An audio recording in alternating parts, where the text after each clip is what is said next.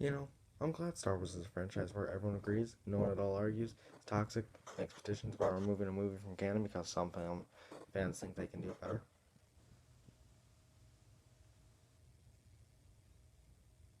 Star Wars Episode 8 The Last Jedi is directed by Ryan Johnson and stars Daisy Ridley, Adam Driver, Mark Hamill, John Boyega, Oscar Isaac, Kelly Marie Tran, Carrie Fisher, and Laura Dern. This is one of the most divisive films of all time. That's not even an exaggeration. Personally, I love this movie. It's my second favorite Star Wars movie, behind Empire. But do I love this one so much? Well, why are you watching the review? Find out my opinion. So let's do that. First off, the effects and sound design are pretty much the best out of the entire franchise. The mixture of practical and CGI effects is astounding. Same goes with the sound design. John Williams' score is another bright spot, like it always is. This movie is legitimately surprising too, and it's not afraid to take risks. It's a breath of fresh air not just for Star Wars, but for studio films in general.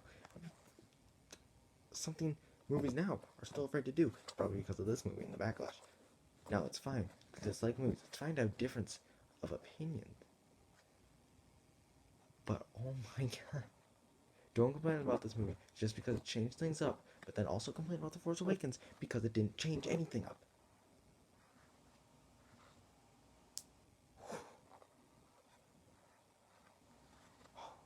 Make up your mind. The First Order and Resistance conflict is the best here out of the entire trilogy, and a lot of moments truly feel dire. It sets up ways and directions the franchise can go after this, and while Rise may not have chose to do those things, we're still getting more Star Wars content, so there's more of a chance for change. I mean, Mandalorian Season 2 comes out this year, and Mandalorian Season 1 is very good. It's very good. If you have not seen it, watch it. It's so good. So good. The Force is explored here more than some Star Wars films, and expands upon it even more. Or that gives it some truly great moments. There are some memorable moments involving the Force, and I like that. How boring is a franchise when you find out that this is it? This is all everything we've seen in all 6 movies. That's all you can do with the Force. So people complain about that. Why? I mean, think about it this way: if you were an audience, think about if those original 3 came out in modern times, 4, 5, and 6. Now think about, alright, we know that you can do a mind trick, you can pull objects towards you, you can push them away, you can levitate and stuff, you can force choke. That's what you know. And all of a sudden Emperor Palpatine comes in here and starts zapping people. Your argument is basically, you should be, if those movies came out today, you would basically be saying, that was never shown anywhere in a previous movie. He can't do that. Mm-mm. What? So, if you can't force project, then we can't have force lightning. That's it. That's what I'm saying. So, if you want to get rid of force projection, then let's get rid of force lightning.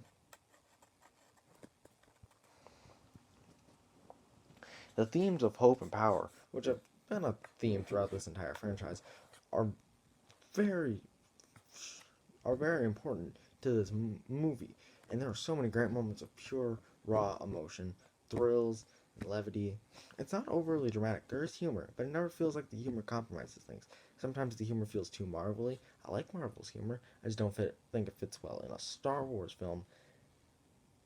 But I never feel like it does a Thor Ragnarok, and I love Thor Ragnarok, but it never undercuts, I feel, a dramatic moment with a joke. All the jokes are telegraphed, and you know they're happening, you know this isn't a dramatic moment, you know there's going to be a joke here.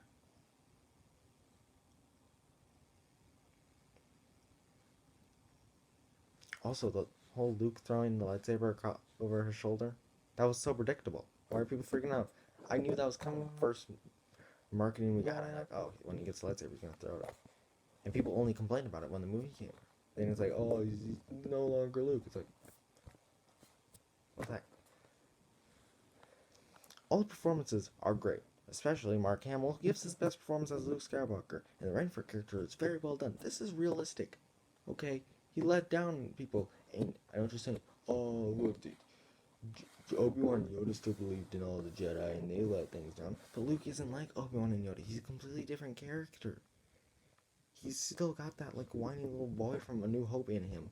From someone that's like, I want to go to the Tashi Station and pick up some converters. Of course, this is a realistic depiction of Luke's character throughout the entire trilogy. This is an obvious choice. His character, they made for his character, and it works really well. Rey and Kylo are bright spots in this one. Still don't ship them. No, I didn't like that. I will never like that. Hashtag Reylo is not good. Not OTP. Get them out of here. But their chemistry is really good. As in, they play off each other. Now, I still don't ship. Still don't like them together. But they play off each other really well. Both these actors work together very well, and their performances are truly amazing. This is the best shot Star Wars movie of all time. I mean, I feel like that's a hard one to complain about. I feel like a lot of people probably agree with this one. Even people who don't like this movie have to agree that this is a very, very well shot movie. Rian Johnson is a very, very good director in terms of just knowing how to position the camera at the right time. He's always got a great cinematographer working with him. Even if you don't like his movies, you have to at least admit his movies are well shot. This also has a very truly memorable lightsaber sequence, and probably one of my favorites. Not my favorite, but one of my favorites. Now my negatives. The Canto Bite part is just so boring and ultimately unnecessary, seeing how the way the movie goes. Kelly Marie Tran gives a pretty good performance, but her character is just so weak, which is upsetting because honestly, if she was given the right material, she probably could have been another really bright spot. But she's just not given enough material to truly work off of. This also begins with Finn's poorly utilized character. He could have been so much more after how great he was in Force Awakens. That's another thing I feel most people agree with. They set up Finn so well in that first one, and they just let him down in the rest of the trilogy, and that was really disappointing. And Let the Past Die is alright. One more thing before I get into my final tally. Let the Past Die is not the theme of this movie. That's what the villain wants. The heroes all learn lessons about how we shouldn't let it die, how we should learn about the past. So stop saying that's the theme of the movie. I'm sorry. Like I said, you can dislike this movie, but give me real reasons. Not, Luke's character is ruined, even though he acts completely in character. That's not a force power before. The heroes let the past die. That's a stupid team. Give me real reasons on why you don't like this movie, please. Like I said, I love The Last Jedi, so I'm gonna give it a 99 Praetorian Guards out of 100. That's The Last Jedi. Have you seen it? What are your thoughts? And if you do, or don't like the movie, tell me why in the comments. And please, please be civil. This is Jordan from Jordan Reviews. Signing off.